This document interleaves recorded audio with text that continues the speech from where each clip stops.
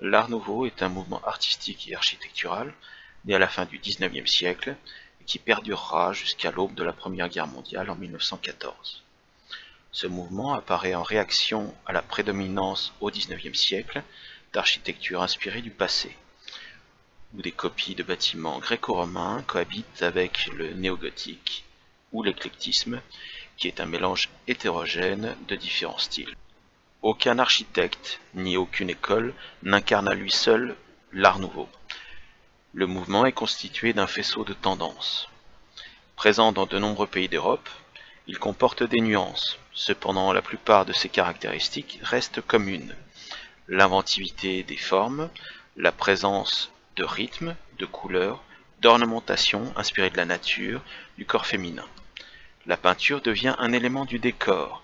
Le japonisme a également exercé une influence importante pour les peintres impressionnistes, puis pour les artistes Art nouveau.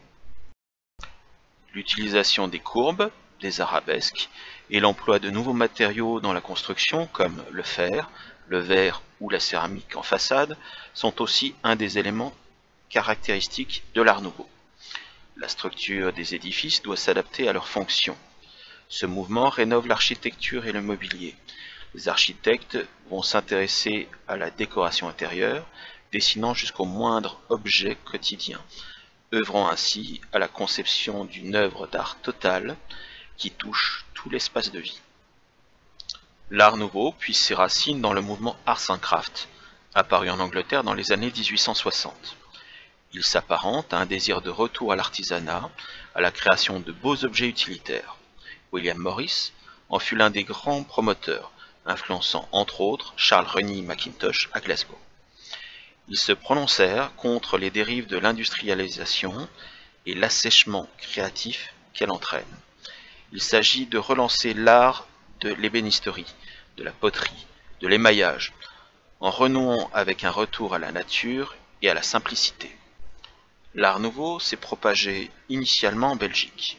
L'hôtel Tassel, à Bruxelles, construite par Victor Horta en 1893, fut la première œuvre architecturale de ce mouvement.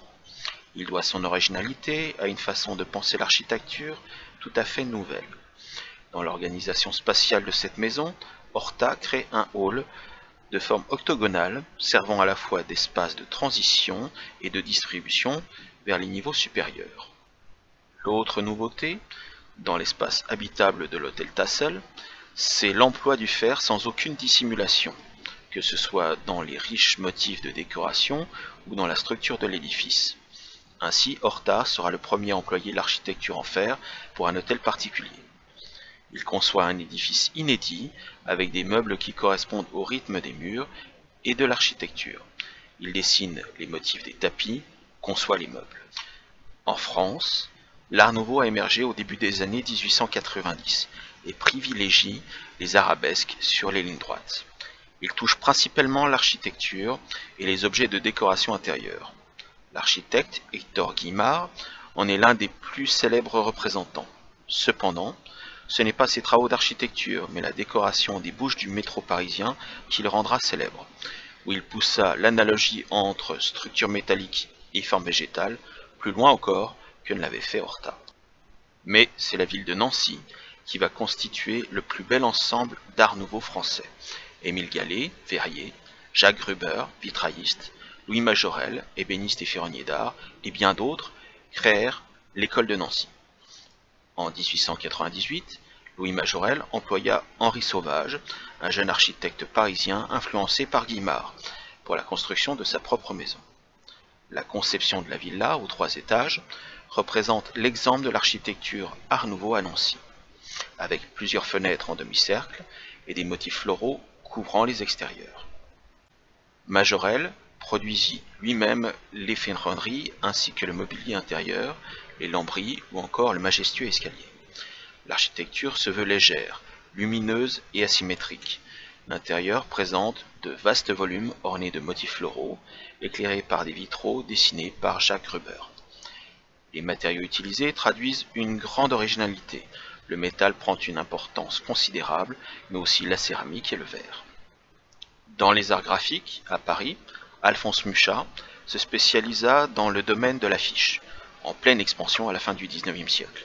Travaillant à l'aide de photographies, l'artiste fait des femmes son sujet de prédilection.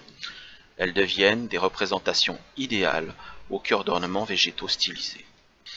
La Sécession de Vienne et le Jugendstil sont à l'origine de l'introduction de l'Art nouveau en Autriche et en Allemagne, où Otto Wagner en est une des figures les plus importantes. Le bâtiment de la Caisse d'épargne de la Poste de Vienne, construit en 1906, lui apporta une grande notoriété. Il n'utilisa pas seulement les matériaux les plus modernes, comme le béton armé et l'aluminium, mais il réussit à faire la synthèse entre esthétique et fonctionnalité. Ce bâtiment est conçu suivant un plan trapézoïdal. L'ornementation est quasiment absente sur les façades. L'ouvrage est l'image parfaite de l'immeuble de bureau moderne et fonctionnel. L'impression d'ensemble que la salle des guichets produit sur le visiteur est une des dimensions essentielles du projet. Le plancher, en dalle de verre, permet d'obtenir au sous-sol un volume éclairé par la lumière naturelle.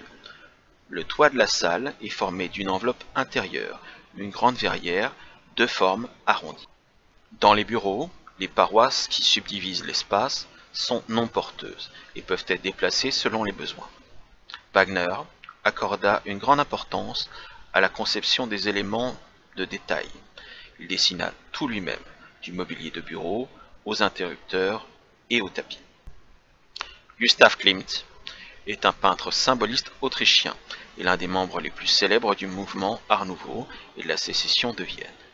Le baiser, peint en 1906, est le tableau le plus représentatif de son œuvre. Un couple occupe l'espace où la couleur dorée prédomine, tant sur l'arrière-plan abstrait, sur le parterre fleuri, que sur les vêtements des deux figures centrales. Espace vide et espace plein se compensent, s'équilibrent. L'aspect surchargé des vêtements et du parterre fleuri contraste avec l'arrière-plan couleur bronze parsemé de poussière d'or. On peut y voir une référence aux mosaïques byzantines où le couple sur fond d'or semble divinisé. La composition, basée sur l'axe central, se décompose en 3 parties verticales. La position du couple donne l'impression de les voir en légère plongée. Le sujet et la manière dont il est traité est en rupture avec les représentations académiques des siècles passés.